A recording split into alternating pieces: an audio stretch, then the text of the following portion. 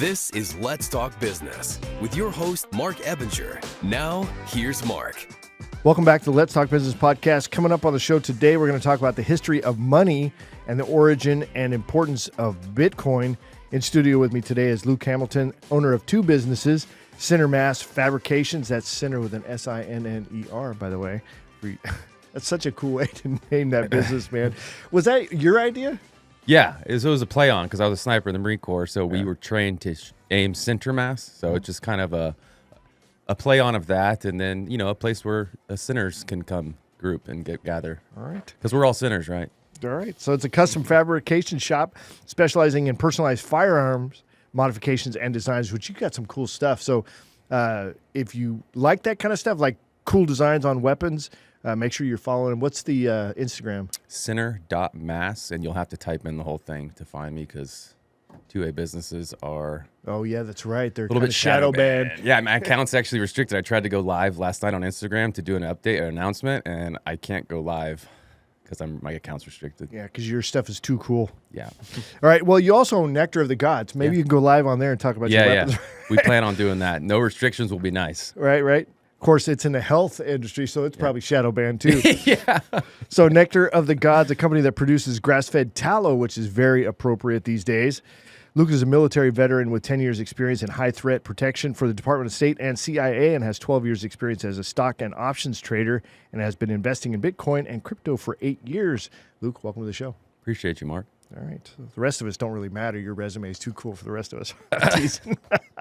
Also in studio with us today is Jim Crider, a financial planner and CEO of Intentional Living FP. Jim's approach to financial strategy emphasizes the use of money as a tool and offers services to facilitate intentional living, intentional legacy, and my personal favorite, intentional entrepreneur. Jim, welcome to the show. Hey, thanks. Appreciate it. You got the whole Elon Musk look going on with the black shirt. And we're kind of matching, man. Black jeans, black shirt. It's kind of the things to wear every day. I feel like we should have coordinated that. Yeah. I feel like I failed. All right. Also in studio with us today is Andy Gonzalez, co-owner of TeamLogic IT here in San Antonio. Andy is an expert in IT services and Bitcoin. Andy has a Juris Doctor from St. Mary's Law School and is a C4 certified Bitcoin professional. Andy, welcome to the show. Glad to be here. Thank you. Excited to see you again. I haven't seen you in quite a while, man. Yeah, I know. Been a minute. My people. Yeah, you still going over there? Oh, yeah. How's that working? It's good. It's good? All right. It's a good time. Awesome. I'm your host, Marc Ebinger, the CEO of Crocus Virtual Staffing, a company that recruits and staffs experienced overseas administrative assistants for insurance agents and attorneys. If you're curious about the most common tasks that virtual assistants are doing for businesses, head over to our website at crocus.com and grab a list of the top 20 tasks that VAs are doing for businesses like yours. Link is in the podcast description.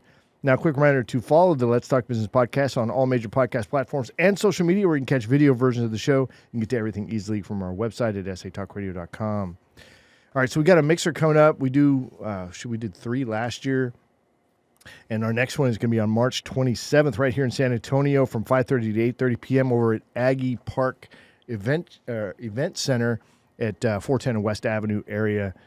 Tickets are on sale now. They're just $20. The event's going to be from 5:30 to 8:30 p.m. So it was 2 hours before, but we expanded to 3 hours because everybody's staying for 3 hours at least anyway. So we went ahead and expanded it there. There's going to be snacks and drinks, and there's going to be vendor tables. So we're going to have up to 20 vendor tables where, that really heightens the whole mixer experience when you have vendor tables. So if you've been to expos are kind of cool, but this is a mix of a mixer where people are mixing and mingling on purpose, but then also have the vendor tables as well to go and talk and, start conversations and do some business together. So it works extremely well. So we just have been expanding. We're expecting 300 people for this one. We had 250 at the last one. They've been going up by about 50 people per deal. Yeah, they're great. I've been. Yeah, I'll go. Good time. Yeah, it's a good time. Net proceeds from the event are going to be going to support multiple charities here in the San Antonio area. We are expecting to sell out. Tickets are $20 now. They'll be $25 at the door. So go ahead and pick up your tickets. Pick up one for a friend. We'll see you at the event.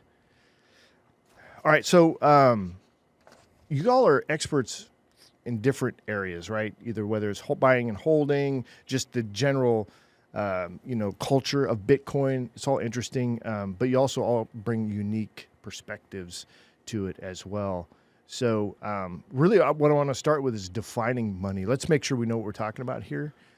So, Jim, it seems like you would be a good one maybe to start with there. Andy, you could probably build in on that as well. But so what is define money in short terms, right? Not a book format, but just like real quick, define it for us. My working definition of money is money is a means of communicating, storing, and transferring value across space and time. What makes money valuable? You have to think of money in the context of its job in an ecosystem. So without money, if I'm gonna take a good from you in exchange for a good that I have, and you have a good that I only need a portion of, how do I give you a portion of my good? So like maybe I sell bananas and you sell cows. I have to give you like 80,000 bananas for one cow, but I don't need a whole cow, and you definitely don't need 80,000 bananas unless you plan on eating a ton of banana bread for the next few decades. I could do that. So suddenly we had to step in. It's like, all right, I'll give you 4 bananas, but I have to go get rid of these, other 79,000 and change bananas. Or we can introduce this third party to come in and represent value. So it's a means of communicating. A cow is worth X amount of value, banana's worth X amount, and it allows for more efficient trade, and that is really valuable itself. So the actual technology of money itself is very important for ease of trade. And again, storing and transferring value, which is what this conversation is going to be around, is how do we make sure that value is actually stored and not hijacked and is not corrosive? That's what good money has to have. And Andy, how do you decide on what that medium of exchange is and that people are going to accept, whether it's seashells or silver or gold or whatever? How's that picked, and then how do you maintain the integrity of that? Let me just say, I have to add, on top of that, money is one of the most powerful technologies humans have come up with. Specifically humans. Other animals have dabbled. Monkeys understand the concept of money. The 2 things that they'll trade for money, can you guess? It's food and sex, right? Very basal, very basic. But humanity, civilization has scaled up the institutions, everything that we have today, that's only possible with money. Wait, are you saying that monkeys engage in prostitution? Absolutely. Basically, yeah. Absolutely. Monkeys are in the Stone Age. They just crossed over into the Stone Age recently. Is that legal? Do they not have laws against that? Not yet, right? Yet. To their benefit or detriment, we'll find out. But That's interesting. They don't get onto the monkeys who are being prostituted. They get onto the monkey pimps. They're gonna put those ones in jail. Yeah, good luck cracking that in. So But to my question, how do you select that thing that people are going to accept? Absolutely, and I'm sure Jim could put even more sauce on this. But money has always been, it didn't always exist. Before we would trade in favors. So you would do something for me, I would do something for you. Have you heard of the Dunbar number? So you have a specific number of people that you're able to do business with or interact with day to day. Scientifically, it's 150, around there, right? But social media has really scaled that number, which is cool. But before we had money, we just had favors. And eventually, we would start to trade between different tribes. So tribes would come in, and the only way to do things peacefully is you would just trade things that they had for things that we had. And then we eventually scaled from favors to trinkets and things that were just cool looking, like feathers, things like that, and tribes, to eventually having to find something that was going to want to be used by the majority of people in that, I don't even want to say, let's just pretend, zip code. So a larger area, the more people that are agreeing to use a certain item, a commodity, to then trade value for other things, you can then scale society. I brought up the word scale earlier because money is a technology and it allows us to scale peacefully, which is the key word here. The better the money, in my opinion, and from what I've understood, the more peaceful the society could be. But money hasn't been very good lately, and that might attribute to some of the issues we're having. That's globally. very interesting. So the more secure or reliable the money is, and the more scalable it is, then... And hard. And that means it's hard to make more of that money. Right. If it's finite, it puts a cap on the amount of things you're able to do. So when it comes to cryptocurrency, can't you just print more cryptocurrency too? Absolutely, you could. Most of them, but except how do you maintain Bitcoin. the integrity then? Well, that's tough. That's why Bitcoin stands alone, in my opinion, in the terms of cryptos, because it's the only one that's finite. There is no other cryptocurrency that's finite? I'm sure there is, but it can be more can be created. Yeah, so... Because there's so many cryptos now. How many are there now? There's thousands and thousands. Thousands. I can touch on what makes Bitcoin the hardest cryptocurrency, if you'd like. So every cryptocurrency requires some proof of work or proof of stake. So there's different ways to make more of the currency, of the cryptocurrency. Bitcoin, for whatever reason, the creator thought, I need to make this money in a way to where we can't have infinity. We have to have a finite amount. Here's the protocol that we're going to use to do that. And we're going to force energy to be the requirement to make more of the units. So they really like the concept of gold being one of the most powerful monies that humans have had for a while, until it got debased by paper money. But going back to Bitcoin, you have to force an economy to use something that is finite in the hopes that you can't, I don't want to say, maybe just, let's just use the word corrupt. You can't corrupt Bitcoin because everybody has to agree on what's happening on the protocol in order to both make more of the Bitcoin and then also transact. So there's a stabilization there that is decentralized that no other cryptocurrency can currently do. Well, isn't Bitcoin now really being viewed more as an asset than anything? And Jim, you do a lot of, on the financial planning side, you know, as I understand it, you recommend cryptocurrency as a part of a portfolio, building out a portfolio. Is that accurate? Yeah, I think having exposure to Bitcoin is pretty foundational to a financial plan. I'd say there's, if you're active on like Bitcoin, Twitter, or things like that, there is this echo chamber of Bitcoin. I don't need a financial plan. I have Bitcoin. Bitcoin is not a financial plan, but it should be a healthy part of one. Right. It's part of that investment portfolio, right? Correct. Spread across other things. We have to, again, go back to defining like Bitcoin's an asset. We have to look at what is, well, I'd say that Bitcoin is money. And then we have to understand, well, what is money? And money can play a few roles. It can be a means of payment. And that's, a lot of people get tripped up about Bitcoin, especially in the US, because we don't see Bitcoin as a means of payment or a means of communicating how much something costs day to day. So people say, well, how can it be money if I don't spend it day to day? But money does not simply do that. It needs to be a store of value. It should be a means of payment, and it should be a means of pricing things. It doesn't have to go in that order. I think we're seeing that in reverse order in the US versus in other countries who have tougher times processing payments in an efficient way. Then Bitcoin's coming in and going first means of payment, and then it'll become a store of value. Versus here in the States, we're seeing that store of value primarily, and then it'll be built in these other ways probably through the back door in a lot of senses. Right, because as I understand it, and you guys can pounce on me if I'm wrong, but it's like Bitcoin is really seen as an asset worth investing, not so much as something you buy, you're using as a means of trading or buying or selling things, because first of all, there's a 10-minute transaction time, which it seems like a long time, as opposed to I'm going to push my card up against the thing and I'm done. So it's not really being viewed as largely, at least from my perspective, as a means of trade. Yeah, a great way to look at Bitcoin as well is digital real estate as well. When you buy real estate, you're not looking to, spend your real estate or, trade your real estate for something. You're looking to buy it and hold it as a store of value. And Bitcoin is simply that. It's a digital store of value. It's digital real estate. It's a digital asset. Do you agree with that, Jim? To an extent, I would argue that Bitcoin, that's sort of a Michael Saylor take in a lot of senses, which I agree with. But I think Bitcoin is foundationally money, and Bitcoin, the white paper itself, and we could go I feel like we sort of jumped over where to get up to what is Bitcoin. But when Satoshi created Bitcoin, he wrote a white paper in 2008. It came out October 31st, 2008. And it was just a paper citing his sources to go back. He's not a guy who just created something out of nowhere. A lot of people think that Bitcoin is worthless and it's a solution to a problem that's being sought after.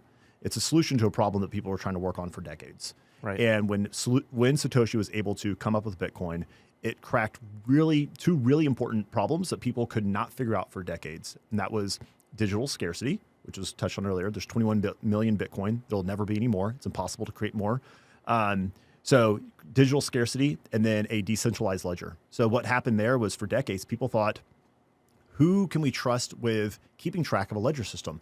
Do we let a country or a political group keep track of the ledger? Do we let a company keep track of the ledger? Or do we allow for a trusted person or group of people? And Satoshi figured the best way to have a trusted ledger is to not trust anybody with it, but allow everybody to verify this. And that's where a blockchain was created. So Satoshi created these two things. Anyways, those were put out in the Bitcoin white paper. And on the white paper, the title itself talks about it being a peer-to-peer form of money. So I think that it is important it is a store of value, and digital real estate is a part of it, but I think it is spendable. You mentioned a 10-minute settlement period.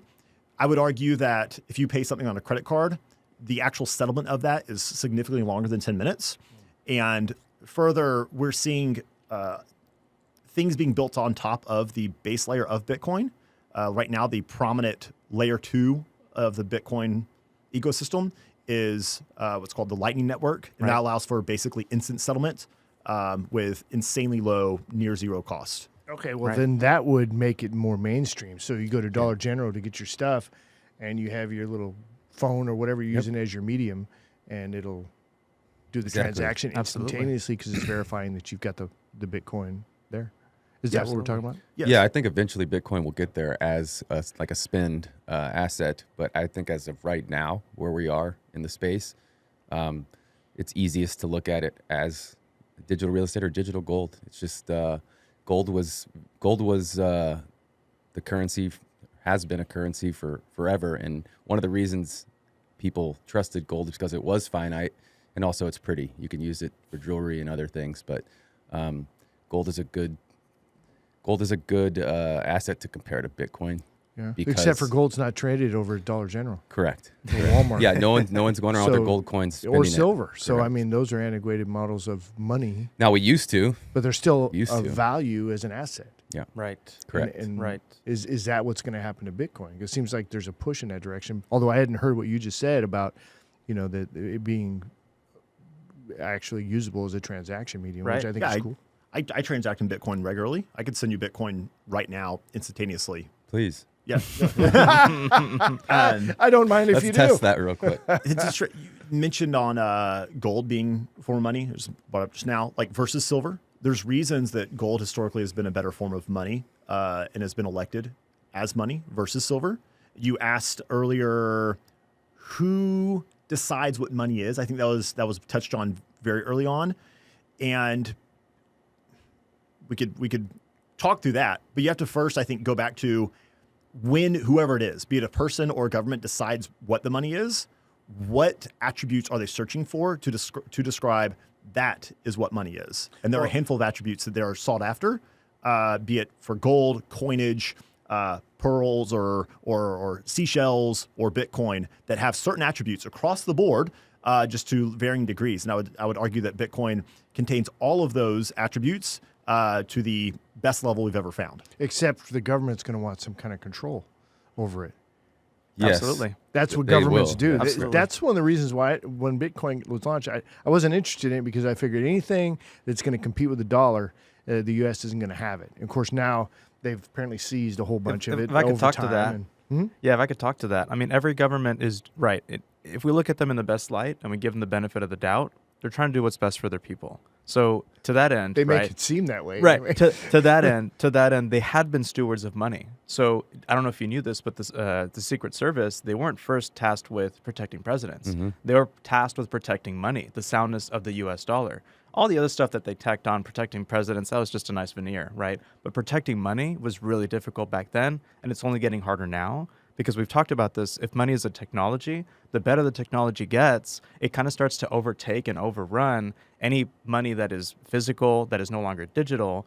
If you can easily make something and just print it to oblivion, you're going to do that. Now, the better the government, the less corrupt, the less likely they're going to do that, but they all do that to an extent. So you pay your taxes, but the government, there's no way that with our current federal budget or the government budget, we can't pay for everything with taxes. We have to add to that. So the only way that they do that is by printing additional money. We hope, to their benefit, or giving them the benefit of the doubt, that some of that money is going to get spent for better public programs, things that are going to benefit society, but that's not always the case. The more corrupt the government, the less likely you see that, and it's more just enrichment of a few. So I just wanted to touch a bit on what money looks like today. If you take a snapshot of where we're at today, nothing is in a vacuum. So Bitcoin exists, and like you said, it is a government's prerogative to try to make their money the strongest it could be, both to their benefit, right, sure, but also to the people's benefit. But if Bitcoin doesn't exist in a vacuum, none of these monies exist in a vacuum, there's always like it's like a balancing act. And there's arbitrage always going on, and I'm sure that Jim can talk a bit more to that arbitrage, where we have been we happen to trade monies 24/7, but some are more, let's just say, liquid. So Bitcoin is trivial to trade 24/7, whereas every other money in the world has a lot of restrictions on how often you can trade. There's not enough Bitcoin, though, is there, to really function as a worldwide solo currency? Yeah. Jim's going to tell you. Is there every 2 years somebody puts their foot in the mouth and makes the same argument about pizza, and I love this. Yeah. how can Bitcoin be capped at 21 million if you can infinitely divide Bitcoin down? And that's laughable, because if we had a pizza and we need to feed this room of 4, we just slice it in, a handful of pieces. If 10 more people walk in and we need to make sure everyone has a slice, we slice up into smaller pieces. Now, did we create more pizza? No, we just made it more divisible so we can all share in it. So Bitcoin itself, you don't have to buy one full Bitcoin. You can buy, right now, it's the lowest denomination of a Bitcoin is a Satoshi, which is 1/100 millionth of a Bitcoin. So yes, not everyone will have a Bitcoin. If every financial advisor out there right now told a client, just their millionaire clients, hey, you should have one Bitcoin as part of your portfolio, it's impossible. Mm-hmm. Now, so eventually things will be denominated more in Satoshis rather than full Bitcoin. So yeah, it's possible. We just have to change our unit of account and how we measure things from a full Bitcoin to Satoshis. Can it go lower than it is now or smaller than it is Yeah, now? you can Just move the decimal. do a soft fork and say we're going to move the decimal over. And that's legal. All right. And no one's going to disagree, because that is saying that the world has adopted Bitcoin Correct. now more, and it behooves us to make it easier to transact and understand. Yeah. Our I don't see any denominations. negatives to doing that. No. It's not, you're not diluting the value Absolutely of not. it. You're just basically, if I had 0.1 Bitcoin, now I have whatever the next 1.0 or Sure. or actually no, it wouldn't be 1.0. What would it be? If I had 0.1 Bitcoin and then you move the decimal point, You would still have 0.1. Yeah, you still have 0.1. You would still have 0.1. Oh, Bitcoin, but we just moved the decimal point over further. You can add as many zeros after the decimal point as you want. It doesn't change the total value. You're just allowing for more variables to be introduced right? to the overall More number. slices of the Yeah, exactly. See, Mark, math is actually important. In school, I'm really hoping that they keep teaching ratios and fractions, because it's Yeah, well, not. they got to Common Core math, right? And, it's like all this full page problem, and the answer's right in the middle of the page. Anyway, all right, cool. So, Jim, as far as the flow goes, we talked a little bit about the history of money, what makes money valuable.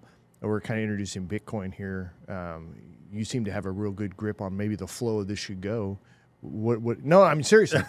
You had it Jim. down because we got ahead of ourselves a little bit, and it was good to come back. No, I would just argue that, again, if not put into context, Bitcoin sounds like a solution in search for a problem. So you have to understand that there's an existing problem that's massive, and this problem is not new. It's existed for all of history. And we're just at a place we're seeing it yet again. The rearing of its head of this ugly thing, which is money itself.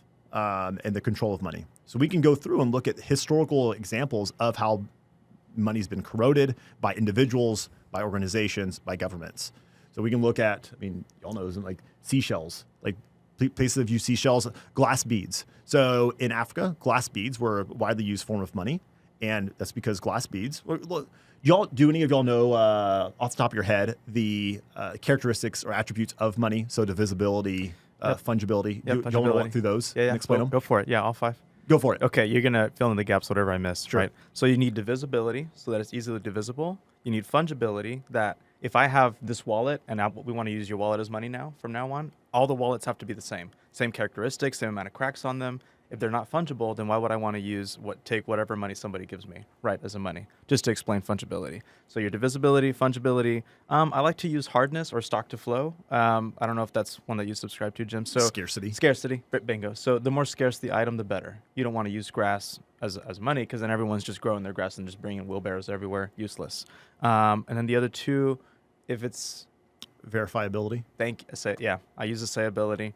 And then the fifth one, Jim, go ahead. Give The the fifth. transferability. Oh, yeah. Ease of transfer. Bitcoin checks all those boxes, I'll tell you that. Yeah, Yeah, so 100%. Bitcoin is decentralized, correct? Yep. So, and that's the whole ledger thing. We don't have a ledger person or whatever. It's spread out amongst How does that work? Because it's verified by different computers, but the computers, somebody's got to be running the computers. I don't understand that. Yeah, I can touch on that. So there's two players. There's the nodes and then there's the miners. And the whole point of Bitcoin is that it's two things, really. It's the protocol itself, Bitcoin, and then the unit of Bitcoin. And what Satoshi did, and what Jim was talking about, what Satoshi figured out is that we've tried this kind of digital money many times before, but it always failed at this pivotal part, which is centralization.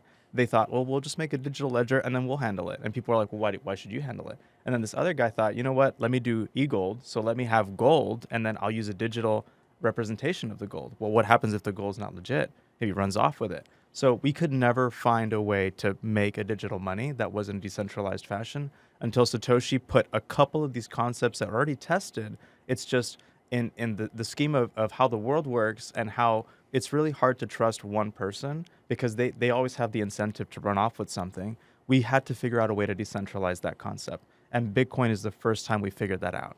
Not only did we figure it out, it still exists and it's still defending itself daily against attacks. Well, but explain the decentralization. How does that? What is it, somebody? What if their computer's off when it's time to verify something? Great question. Okay, great question. So and because are you familiar with BitTorrenting at all? No. Okay, so with BitTorrent, I'll try to use this as an example and then I'll bring that back to Bitcoin. So with BitTorrenting, people were saying, how can I send really massive movies and digital files online and share them all across the world? So what BitTorrenting does is it doesn't require the same person to send digital information to the person that's asking for it. So everyone's on the same protocol, and then someone over here says they query for something. They say, hey, can I have this? And then the whole network listens and says, yeah, we'll give it to you. And they all push it towards them. But the protocol handles all the mathematics stuff and all the technical stuff. The file and all the information always gets to the person asking for it.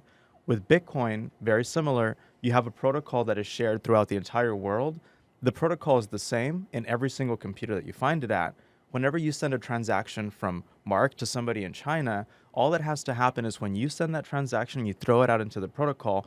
The computers that are off don't matter, but the computers that are on and are running the protocol are listening.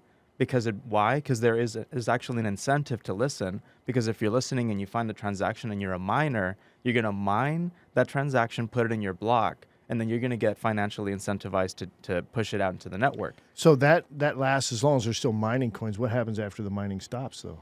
They have to keep mining because transactions will keep happening.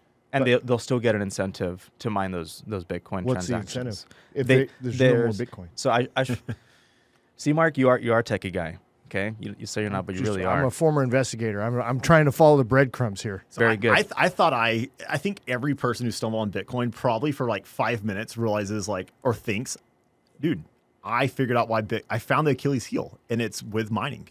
Once we reach 2140, we know the last Bitcoin will be mined in the year of 2140 because we know how much Bitcoin will ever exist and the cadence to which blocks are mined. Thus, Bitcoin are introduced to the network. So we know in 2140, there will no longer be any more Bitcoin to be mined. And I had this thought for a few minutes, thought, wow, I'm the smartest guy in the world, apparently. And I think we all have. And you just had it once 2140's hit and there's no more Bitcoin to be mined, what incentivizes people to mine? Thus, what allows the Bitcoin network to continue to be securitized? So you want to, secure. No, take it, Jim. Okay. I mean, you're already there. Chime in. Yeah, please. Ask the question again. So the two pieces of the two pieces of reward for mining a block, and how one day we know that there's no more. Yeah, there's no more to be mined. But why would someone continue mining? Because there's still incentive there, I think, for the transactions to happen.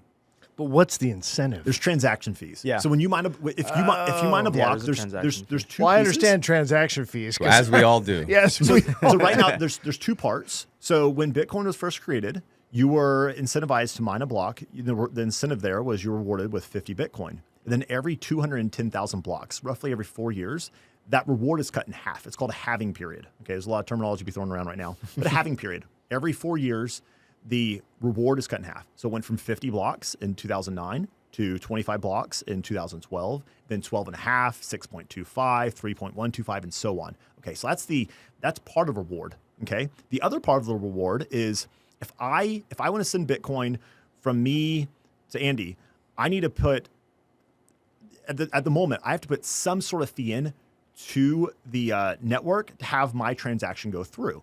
And when, assuming my transaction is part of a block, all the fees that were part of that block go to the person who mines that block. So we get the fees that are part of it along with the Bitcoin itself. So what's a block? Is it a bunch of transactions? Yeah, it's a grouping of transactions that takes place every 10 years. Is that the only definition of a block? It's all transactions. In Bitcoin, yes. In Bitcoin. Crypto, Wow. See, I yes. never knew that. I couldn't have told you what a block is. I'm like, I don't know what this is. Their computers are running and they're doing whatever, but it's actually transactions they're facilitating. That's the value. That makes sense to me because you are providing value there. That's the danger of hearing these terms of cryptocurrency, blockchain. Like, oh, we should put everything on blockchain. Putting everything on blockchain would be a terrible idea. It's really inefficient. You have to be incentivized for the right purposes in order to allow the blockchain to continue working. Okay. So having, most things on a blockchain would not work. I think we could argue that having anything except for Bitcoin on a blockchain will eventually not work. Interesting. So that's the value. So the continuing service of the Bitcoin is incentivized through transaction fees. Okay, we're fully People there. using it. Yeah. So, but those aren't going to be blocks anymore. They will. Or they'll be blocks, absolutely. but there's no coin being created the or coin, given. You will still be rewarded in Bitcoin. That reward will just be simply the fees that people have paid to have their transaction as part of a block. Well, somebody has to manage that, right? It's Well, being that's the managed beauty of by it. everyone. The computer program is the algorithm is managing it. So it's automatically done. There Correct. not anybody flipping levers or anything. Yeah, we can. And that's another thing that sets Bitcoin apart from all the other cryptos. There's not a person involved, so there's no human error really. All these other cryptos have a guy at the top, and humans make mistakes. Well, and it's are pretty amazing that corrupted this and whole thing everything can be else. done just automatically. Yeah, they through have a good the marketing technology. team. No, it's amazing. Can you imagine if you wrote a blog 15 years ago about anything and you just put it out to some like nerd group of a few readers, and then 15 years later it's being talked about by every major politician and Fortune 500 company across the world? Governments. That's incredible. The U.S. amazing. keeps Like, it. there's no president, there's not a marketing team, there's no money directly behind this helping it out. It was just an idea that was put out there that was at the right time with a massive need, and people are adopting it naturally. And people would say like, well, what happens if the person who created Bitcoin, again, they go by the name of Satoshi Nakamoto, no one knows who that is or who they are. It's definitely not me. Yeah, Guys, I it have could be to- anyone except for Probably one Andy. person. I have this to give guy you. right I have here. to give you all my pet theory on this. Humanity, we go through filters. If we can't get past that filter, our civilization and 100%. species collapses. So I think one of the next great filters is getting money right. Correct. So if we can't digitize money and then scale past the issues we're having today, we're not going to make it. So I would say when a civilization can get their money right and it's technologically sound and a sound money at the same time, then I think the civilization can scale and then get past, a lot of the like simple, like trivial things that we fight about and get us back out into space. Is there a negative to the power of the United States when you have a decentralized money that we can't control, that's fair across the board, that now other countries can be equal to the United States when it comes to economic power anyway, not necessarily military power, but economic power. Is that a threat to the United States? Maybe. Is it a threat to the ability for us to manipulate things as we have since, we could argue, Ever? 1971, if not prior? Yeah, I guess. Like we have benefited massively off of financial privilege and abuse. So this would go into a history lesson, but real quick, super important, 1971. Well, here, in the 1940s, there's a gathering of basically all the heads of central banks into the U.S. They hung out at a place called Bretton Woods, a little conference to talk through gold reserves, essentially. It was agreed upon, basically, that the U.S. would hold the world's gold reserves, and we would peg our dollar to gold, okay? And everyone else agreed upon this. All right, we would hold the gold. We would peg our dollar to the gold. What year? 1944. Right after World War Yeah, it II. was right after Right World War Yeah, II. the winners of World War II got to decide this. Yeah. Okay, basically. that's the reason why I was asking, because 44, the war's still going on. 45 is when it ends. So. Yeah, I think it was I believe I need to brush up on this. I believe this is coming about actually because of the issues that were like brought about because of storage of gold and fine art and things. Like, all right, we need to get this thing locked in. So it was agreed upon that the U.S. would hold the gold. We would back our dollar by that gold. Everyone else would basically back their currency by the dollar. We took that. So if we own all the gold and we back our dollars by the gold, and we can go out and spend, we can create new money, and we're telling everyone else around the world, hey, we're able to create these weapons and to do these things internationally and prosper because we have all this gold in reserves. And we can keep that show up for so long until someone needs to audit us. That happened in 1971. We came out and said, hey guys, you know all these new dollars we've created for the last few decades? We actually have way less gold that's supposed to be backing these dollars than we said we have. And at that point, 1971, the US defaulted on our gold position. So at that point, we became what's called a fiat currency. Fiat essentially means by decree of. Said, hey, this is valuable because we say it is. And we have benefited from a fiat currency. And remember, at that point, we defaulted on our gold position. So we're no longer backed by gold. That's a big problem. Huge. But it's magnified because everyone else was, they were essentially backed by gold because they were backed by the US dollar that was backed by gold. And because we're no longer backed by gold, they also, in turn, became fiat currencies. As everyone but Switzerland, they were still backed by gold until 1997, I believe, in which they also became a fiat currency. So we have benefited from that manipulation. That didn't stop then. We still have the petrodollar system where everyone's essentially forced to transact for oil and gas by using dollars. And if you're forced to buy something that's really important in a certain money, you're going to be incentivized to keep that money on your balance sheet. You're going to either own the dollars or you're going to own bonds. So even though those bonds are really cruddy, you got to own them anyways. So we have had a release valve for cruddy debt for decades because of the petrodollar system. Also, the amount of debt that we have. We have basically forced other countries to buy U.S. debt.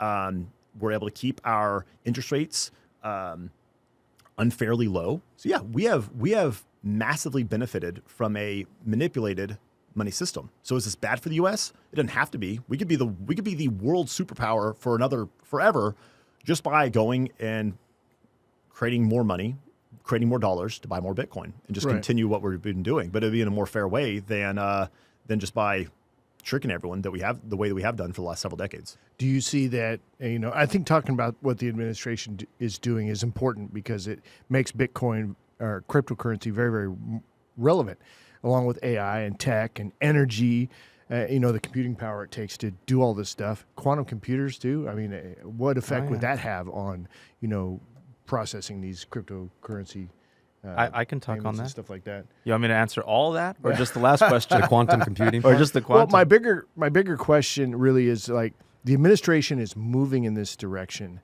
and I think it's very forward thinking, but I also am just really curious as to how we can lose economic power, and is the United States going to tolerate that?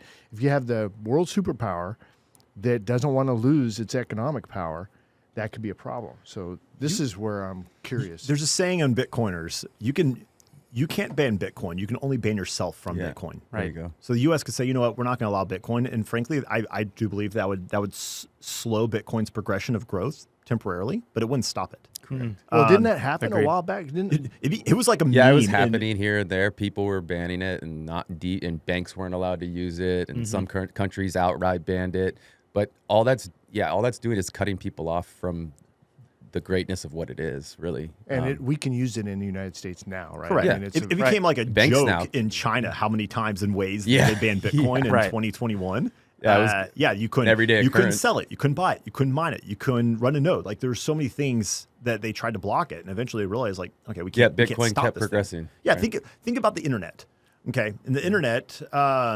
Well, there's so many parallels here. Internet's a technology. It's not a company. There's lots of different ways to run this, but we've agreed upon SHA 251. We have lots of things that we can agree upon here of how it's run.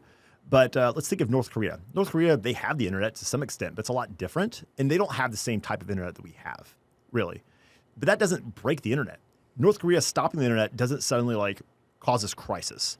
Now, the internet would probably be slightly better if North Korea participated in it because we'd have more people participating and adding their ideas to it. More so info. it would be More value. It'd be a little bit better, but them not participating does not stop the internet itself. So if the U.S. or China or South Africa says we're going to ban Bitcoin, you're not stopping Bitcoin. You're stopping yourself from participating Stopping in your it and the people. benefits. Right, your people, importantly. So then what happens when the United States decides we want to buy more and more and more of the Bitcoin and we want to use it as a reserve currency or whatever it is they're trying to do with it? What happens then? That's where things get really fun. So that's where we get into what's called hyper-Bitcoinization. And so this is a term that we throw around. We're sorry.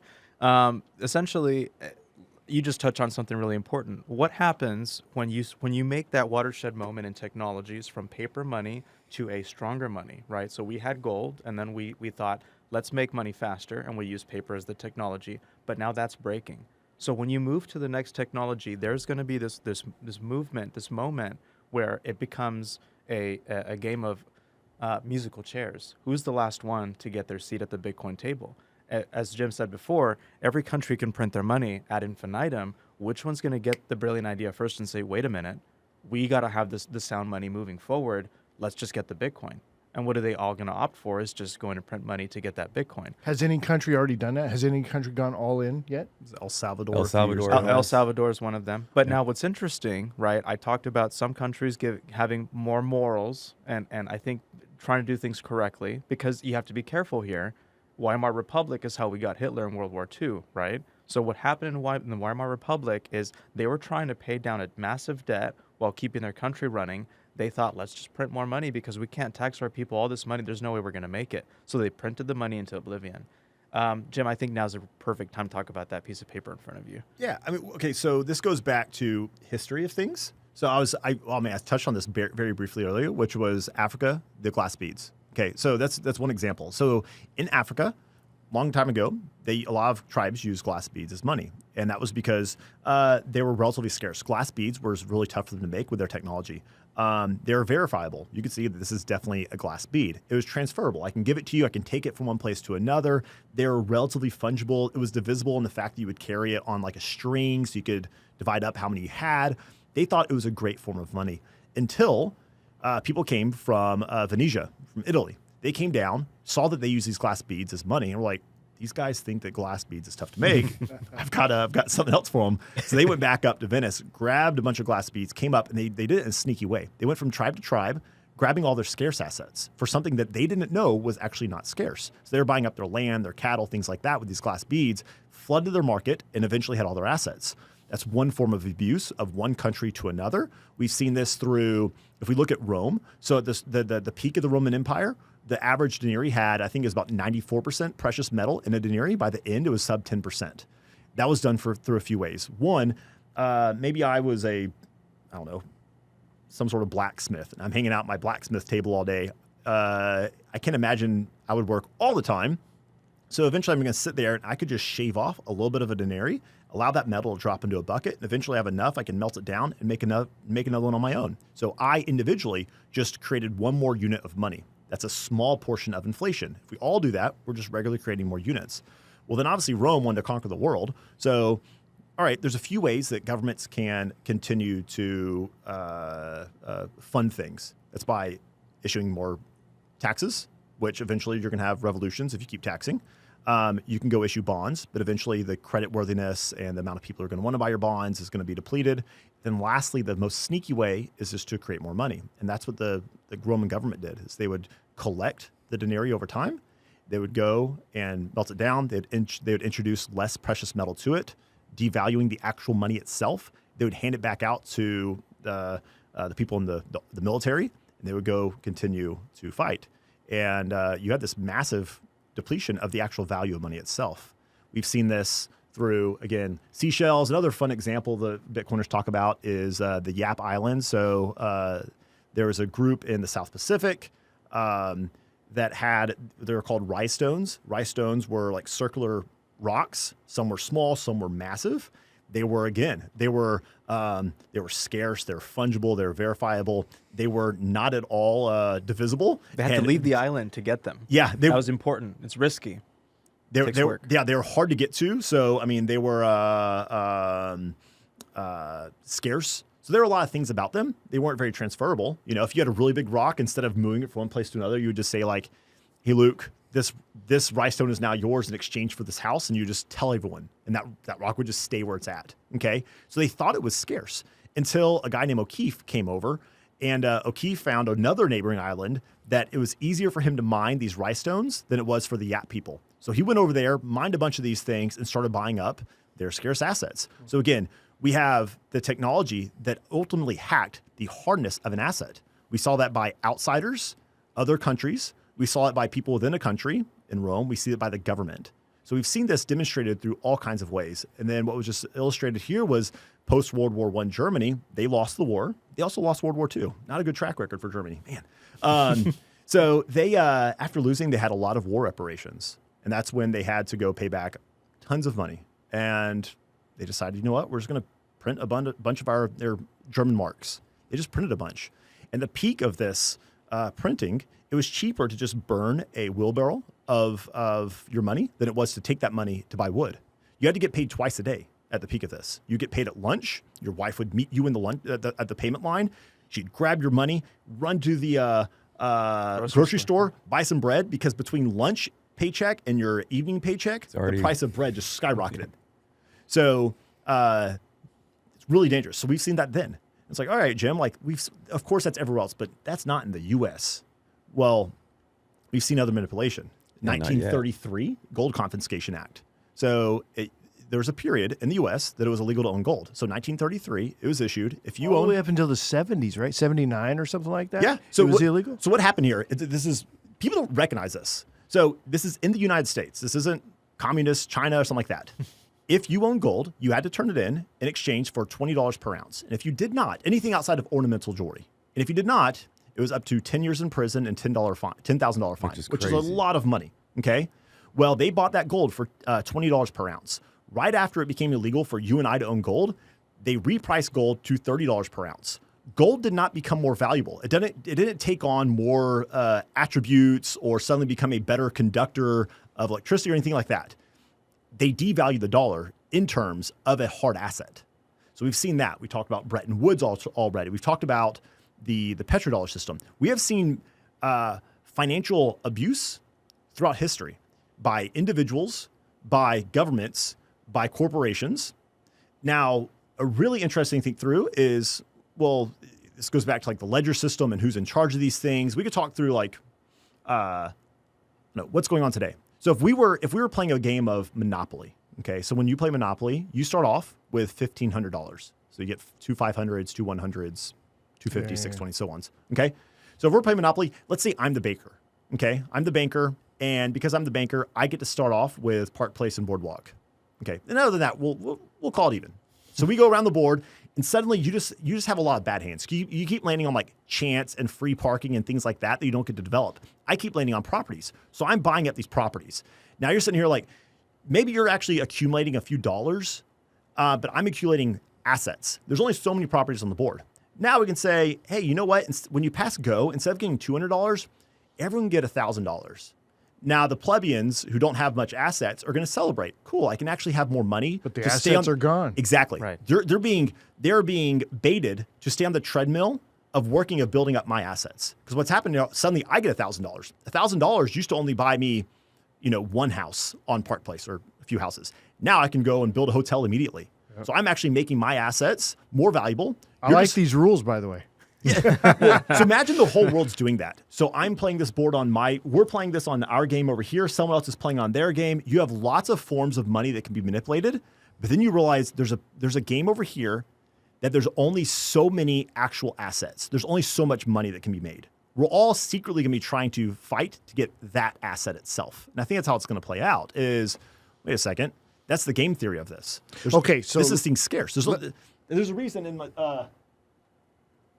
this book, it's a book about Bitcoin. Actually, I keep Monopoly money as my. Oh, nice. As but to this point, this is a good point for me to jump in and say, okay, if you've got the United States decides, you know what, I want to play in the Bitcoin, and they're the ones valuing the dollar, which can be used to buy Bitcoin, then they start taking a whole bunch of the dollar to, you know what I mean? It's like you could, to the same thing. Now it's worth more, or we get more of it to your monopoly theory, which I thought was brilliantly said. I just don't think I can properly transfer that over to the Bitcoin. I skimmed the second part from Preston Pish, the multiple monopoly boards. So That guy's great too. Yeah. I like him too. But do you see the point? It's like if we can make more dollars to buy Bitcoin and it doesn't cause Bitcoin to go up, the United States could take great advantage to do that since we're the Absolutely. ones that are valuing our currency.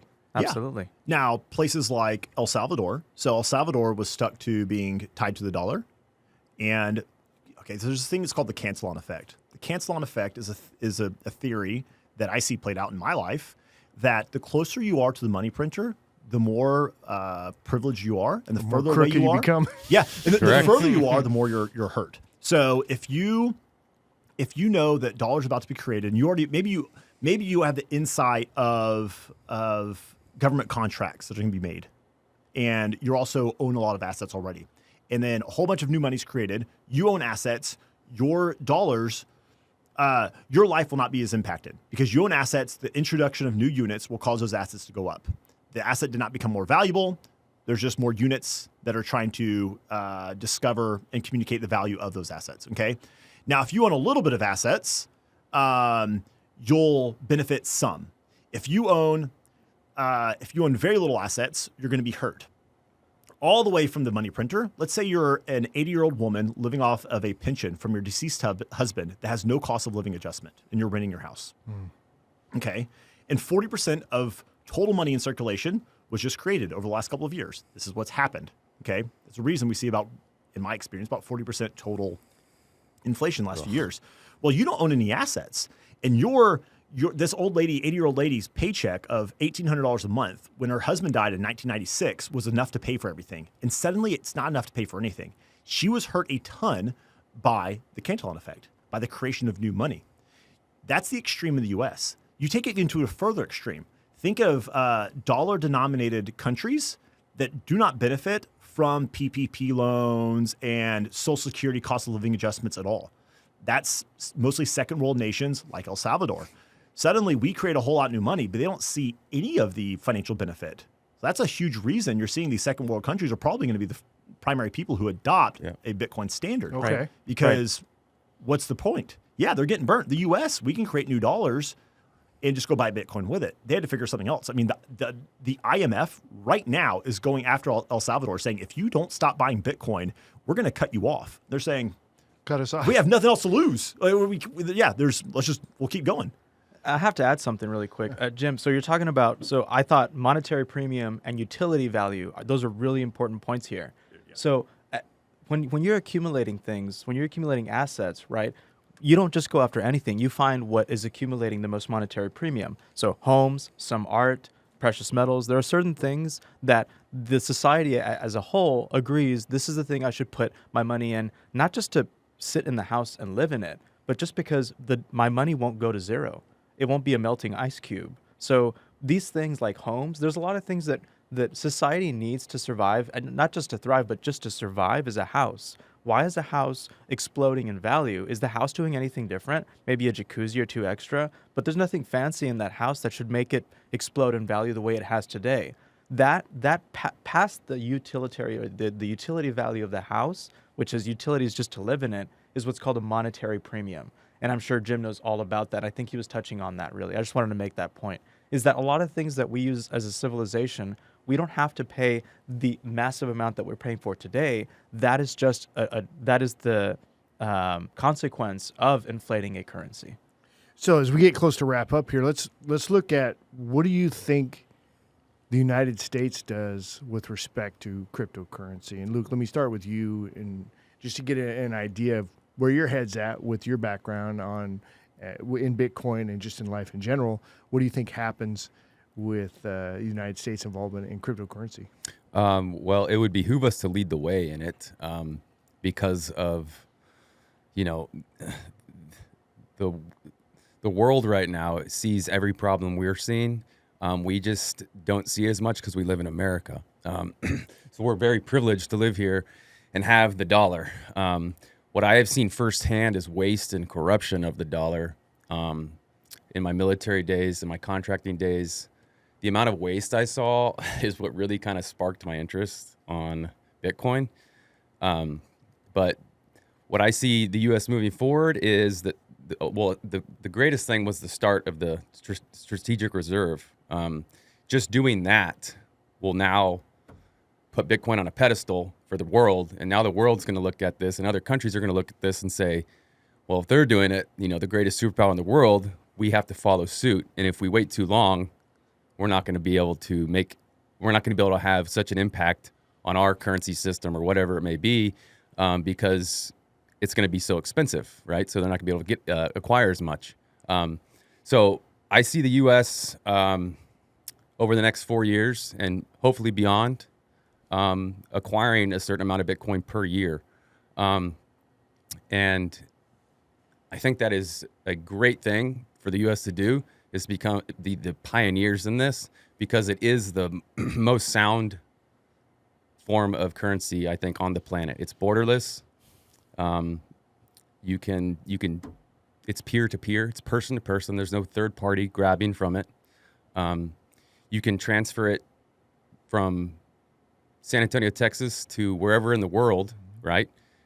Try doing that through Western Union, right? Try transferring some money via Western Union. I mean, I source overseas employees, right? Yeah, so I mean, we got to go. You understand the problems. Yeah. It's a pain in the butt, especially Latin America. Yeah, it's a pain. Right. So, but Bitcoin's still seizable, because the United States apparently has seized over 2 billion, right? And 2 billion Bitcoin, or whatever the amount is. Well, they've seized the U.S. dollars. They've seized gold. I mean, everything. You can seize everything. Right. But I could see that, especially, the United States is very creative in how we accumulate wealth. Correct. I mean, just ask the Native Americans when we first landed over here. It's like, But so there's incentive to go out there and take it from folks, too, just like they did the gold. All right, you guys got to turn in your gold. What's to say you got to turn in your Bitcoin. It's a national emergency or whatever else like that. So it could happen. But look, I'm not trying to be a doomsayer here, but just putting it in context. So, yeah, moving forward, I like that. And Andy, you want to go next? Yeah, What do you absolutely. think? Yeah, I mean, it's great. I mean, for all the reasons that we talked about before, if this is a watershed moment in technology, you're moving to the better technology, the U.S. is putting their flag on it and saying, hey, guys, we're going to keep this. Now, what I think is an important domino that we're all looking for, because the price of Bitcoin didn't blow up into the millions after this, and I think there's an important reason why. Everyone is still stuck on the fence after this, and I'll tell you why. It's not until another government says, you know what, don't pay me my currency that I make to handle debts and settle debts and buy commodities and stuff, pay me in Bitcoin. I don't think that's going to happen with any of the big countries. I don't think the U.S. is going to do that first. I think, as Jim was saying, the smaller countries that are under the duress of stronger monies, they're going to use Bitcoin first. Also, the corporations, too, the businesses. I mean, they're eventually the real leaders. These big businesses, these big corporations that have almost infinity money on their balance sheet, they're going to have to do something with it. It's losing money more and more. The amount of money they're losing every year is increasing. That's where Jim comes in, because they're investing in Bitcoin through guys like Jim. So, yeah. Bingo. Well, that's cool. So not only countries, but corporations are going to have to get involved, or they're going to lose. Yeah. And I wonder how, too, this is slightly off topic, but I just want to throw it in there and just as a point, and then we'll move on to Jim, but is how cozy is the United States and Russia going to be? Because I heard somebody tell me, it's like, look, Europe is really kind of insignificant compared to Russia and compared to the United States. So what if Russia and the United States actually decided, hey, let's do some stuff together and partner up or whatever? Europe really becomes irrelevant, which I think is an interesting concept. It's a strange world we live in. Jim, what do you think happens in the next 4 years? I'm certainly bullish. Just a few days ago, the U.S. announced a strategic Bitcoin reserve, and that announcement was big in a lot of ways. One, the fact that it actually took place, and two, the bifurcation of Bitcoin versus other digital assets. They had two separate announcements for these things. They said that there's really important parts to this. The Bitcoin piece, they said that we're not allowed to sell any Bitcoin as a country, and we are. There's a group of people who are tasked to find means of acquiring additional Bitcoin versus their crypto stockpile. I think is the verbiage they used. Their crypto stockpile, they're not allowed to buy any more of those, and they are allowed to sell. So totally separate, and I think that's a lot of signal. Yeah, that's obviously I don't think the market is baking in how important this thing is right now. Well, the retail side is not. the retail, I think, is having a hard time grasping what just happened, right? Well, I've had a lot of people in the last few days just ask me, is the verbiage on this even bullish? It says that we're allowed to acquire more Bitcoin in ways that don't impact U.S. taxpayers. And some people are mockingly saying, well, that just means you won't buy anymore, essentially. But I think the U.S. is going to get, I think there is right now Senator Lummis, she's a senator from Wyoming, along with a whole crew of people who are right now working on finding ways who will get creative to acquire more Bitcoin for the United States. Yeah, I and think in that's what's Texas. going on. If there's anybody that Yeah, can, Texas actually did Yeah. it too, which is great. Yeah, we see it nationally. I think it's nationally, not just here, but nationally and across the world. We're also seeing it statewide. Right now, I believe it's Texas and Utah are the front runners for adopting Bitcoin reserves. We're seeing this corporately. So MicroStrategy was the first corporation to do this. They did that in summer of 2020. And now there's regularly new corporations coming out and announcing Bitcoin reserves. So this is the game theory playing out. It's a huge positive for those corporations that come out and announce too. Right. I mean, It's huge. nuts. Yeah. Yeah, it can be. Just that announcement itself can add a lot of Tons of value. at least perceived value Shareholder to value. shareholders. Yeah. So that goes back. There's the genius of Bitcoin is a lot of things. well, let's not get too in the weeds. We got to wrap this up. Yeah. What? But you Come have on, Mark. Sorry. you have the technology side of things. You have the economic side of things. You have the game theory side of things, and plus so many other places. And I think right now we're starting to see the game theory playing out, and that's only allowed to be done in a way that I'm comfortable with, at least placing my personal money where it's going to be, because we have the security of the big B Bitcoin technology side. That itself, the scarcity, the hardness of this asset is allowing everything else to play and come to fruition from the game theory side of things. If it was not secure, we'd be building on a house of sand, Right. with a game theory. Bingo. And I think that the current administration is going to grease the wheels of the whole thing. So I think it's going to move faster. Do you think it's okay to move faster and that it will move faster? Yeah, that's the whole a 100%. book I've been slowly reading is called Gradually Then Suddenly, and I think that's how this is going to take place. It's a gradual and sudden adoption. Okay. Right now, it's argued that just a couple of % of people in the whole world own Bitcoin. I would argue even only a fraction of those people who own Bitcoin actually understand what they own. Right. But I think this is going to hit probably a pretty wild adoption curve. Where we see Bitcoin right now is the internet in the mid 2000s or in the mid 90s. So people still don't understand it. There's a video I love. I think it was in 1997, a morning talk show talking through the internet itself. I know They only have the words to it. They're talking about what's internet anyways, and what's that A thing? It's an A with a circle around it. What's an email anyways? They don't know to contextualize it. They don't know what words to use about this. And I think that's where we're at with Bitcoin. I think if we listen to this conversation in 20 years, it will probably sound funny, the ways we're trying to describe things. What's a block, Mark? Yeah. I love it. This has been a fantastic conversation, guys. Yeah. I really appreciate that. And to be it's a little selfish, this was really a learning experience for me. I wanted to come in and learn as much as I can, ask the questions, which is why I'm kind of this followed my path, not necessarily y'all's path. My path on trying to understand what was going on with Bitcoin and cryptocurrency and the current administration. So I really appreciate you guys taking the time out to be here with me. I'm going to go around. If people want to get in touch with you, Andy, how do they do that? Yes. TeamLogic IT, Andy Gonzalez, 210-742-8210. Please dial that number. You can get a hold of me. One really quick plug. IT and Bitcoin, they go hand in hand. What we're going to see is if you don't have your cybersecurity in check, any Bitcoins that you have are going to be in peril. So if you want to talk about that, cybersecurity, talk to me, get your house in order cybersecurity wise. Jim will tell you to get your house in order monetarily wise. And with tallow. And with tallow, right. Eat your healthy fats and Guns protein. are a currency too. I was going to say, Bullets. that was my next thing, right? Bullets, beans, and Band-Aids. Luke, if folks want to get in touch with you, how do they do that? Info@centermass.com and notg.shop is my website for tallow. My emails are on both of those websites. All right, very good. Jim?